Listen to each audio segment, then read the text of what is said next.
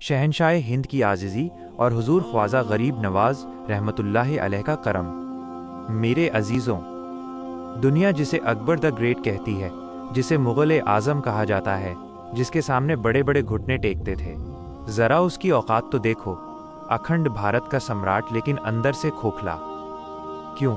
क्योंकि गोद सूनी थी, आंगन में कोई फूल नहीं खिला था। रात के अंधेरे में वो शहनशाह अपनी मखमली चादर में मुंह छुपाकर रोता था कि इतनी बड़ी सल्तनत का वारिस कौन होगा। अकबर का एक मामूली सा सिपाही था, लेकिन वह अकीदत का पक्का था।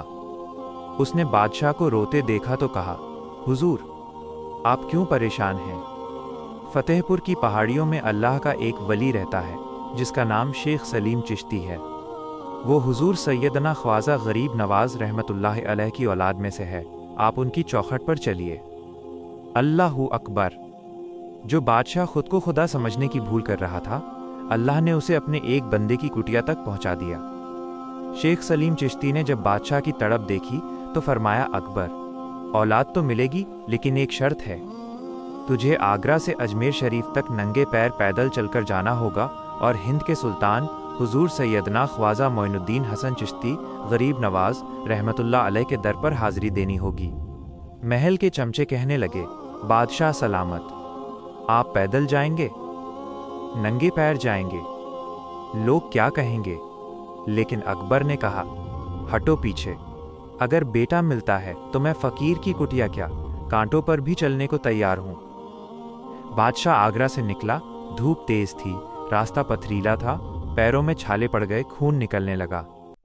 लेकिन दिल में एक ही हसरत थी कि बस हुजूर ख्वाजा गरीब नवाज रहमतुल्लाह अलैह की चौखट मिल जाए।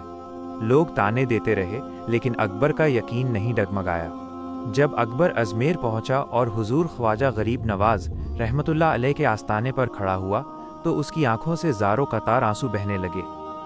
वो बादशाह जो कभी किसी के आगे नहीं झुका, आज हुजूर गरीब नवाज रहमतुल्लाह अलैह के वसीले से अल्लाह के सामने गिड़गिड़ा रहा था।